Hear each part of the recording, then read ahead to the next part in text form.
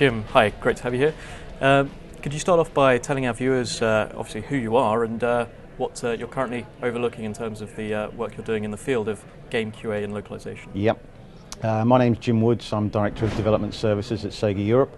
I'm responsible for localization, PD, translations and QA services within Sega. Fantastic. We're here, we're day one, we're midway through. The morning sessions, how have you found them so far? Has anything been particularly interesting for you? Yes, very interesting. There were excellent sessions this morning.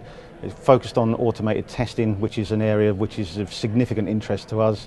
It's an area we're trying to do a lot more in at the moment, and the guys who did the presentations this morning have really inspired me.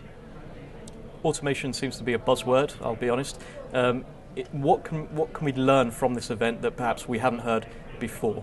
One of the key things at this event, and it was the same last year, is that people speak more openly than at any other conference I've been to about their own experiences, and that's really important. You know, it's important for us to learn what other people are doing and not have to make the same mistakes, and sharing that knowledge is a key part of that, and this has been excellent for that.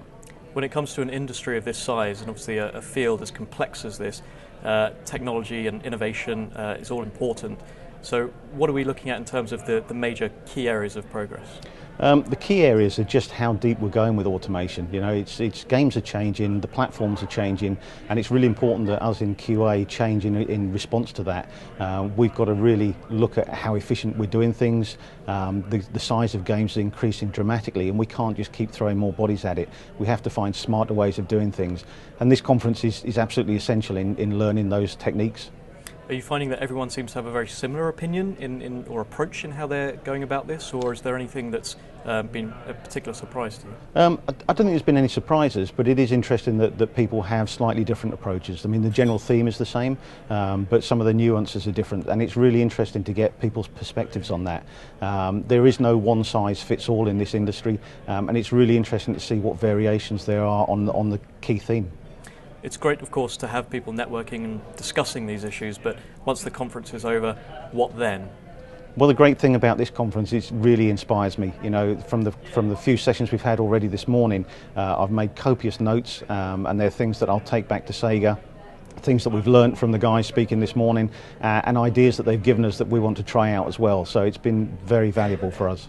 If we hopefully have you back next year, what would you prefer to see? Perhaps in terms of the discussions on the table, what do you think will have changed within the year?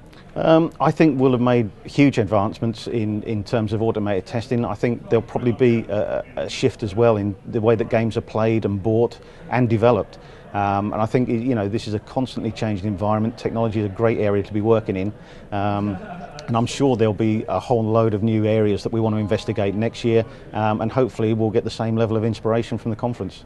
Any final words of wisdom? Anything you'd like to impart on the community before we wrap up? I think the key thing is don't stop learning. Don't stand still. If you stand still, you're dead. Fantastic. Thank you very much. Thanks a lot.